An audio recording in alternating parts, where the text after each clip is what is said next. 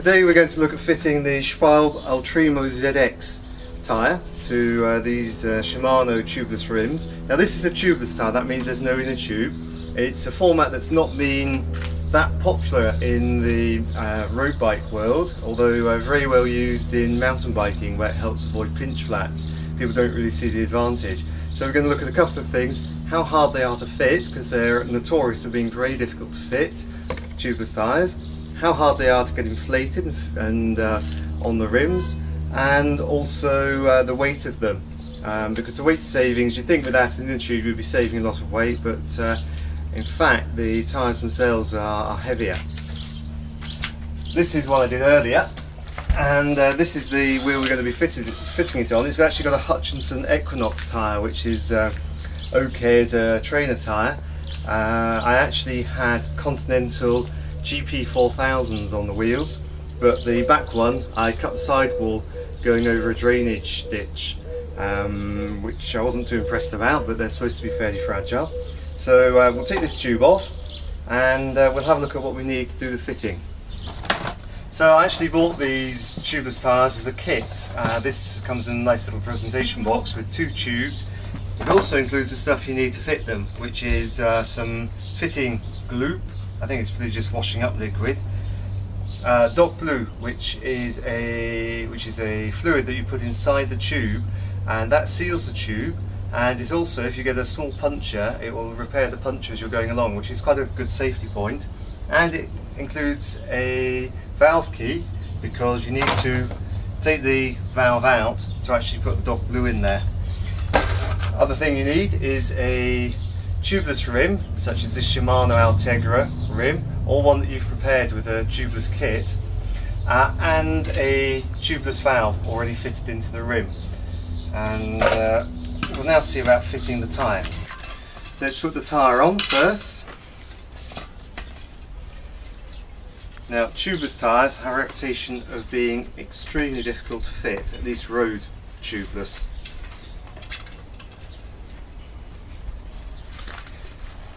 So before we do anything, we put it on one side only,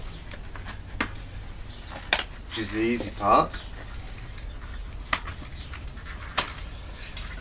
Then we get our Easy Fit lube, and I'm not really sure what this does, but no doubt somebody will let us know in the comment section. And this goes around the bead of the tyre. Now, my one worry with this is it's going to make the tyre slippery for me to actually get it on the rim. I assume it lubricates the bead a bit to make it seat better. It's a bit like in the tyre fitting places you go to where they have a bottle of squeezy with washing up liquid to make the tyres sit. So that's now on, and we need to, starting from the valve, get the tyre onto the rim. And this is the tricky bit. And normally once they're fitted, they come on and off fairly readily. But actually getting it on for the first time, you need to have the strength of Hercules. As you can see, we get to here. The reason they're so hard to fit is because they have to sit very tightly on the rims. And I may actually have to resort to tyre levers. You can use tyre levers to get them on, because there's no inner tube inside. Like so you're not going to pinch flat an inner tube in there. You'll see that this is not an easy job.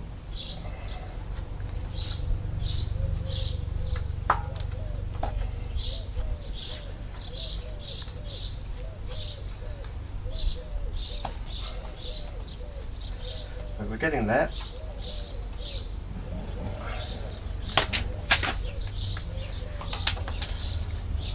And there we go, it's on. We need to check that it's seated correctly, especially by the valve, and then it should just pop on with the track pump.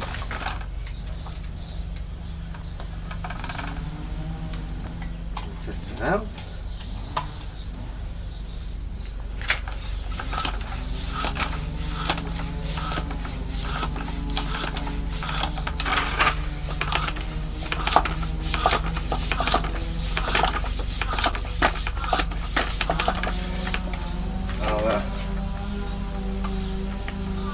Good thing about tubeless tyres is you can run them with lower pressures, so they're more comfortable but with the same rolling resistance. And there we go, simple. What did that take? 5 minutes, and it's on. What we have to do now is take the valve out, put our Dock Blue, our sealing fluid in there, but this is one that I did yesterday, and it hasn't got any Dock Blue in at the moment, and as you can see, it still hasn't really lost any air. So they have a reputation of losing quite a lot of air overnight, but certainly these Schwalbe Ultremo seem pretty good. So if you've got a removable valve core, you can just inject the, this is in fact Stan's no tubes, rebadged by Schwalbe. You can just inject the sealant through the valve. I don't actually have removable cores, so it's a little bit messier, but we're just going to squeeze the liquid in through the edge of the tyre. Should do. Let it flow round a bit. A little bit more in there.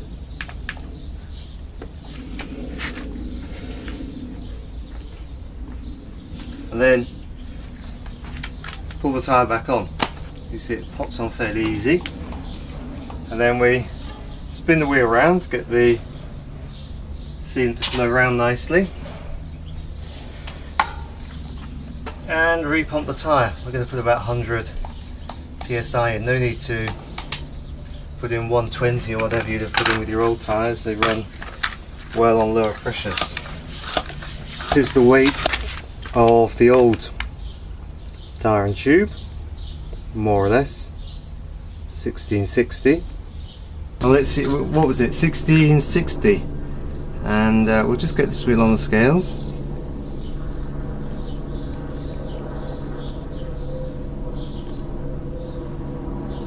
Yeah, about the same weight, so you don't save any weight with these. The main principal advantage is rolling resistance. The other thing we're going to check is the width. The old tyres were 23. These are 20. This is a 23mm tyre. Its actual width is 22mm, so they're fairly narrow.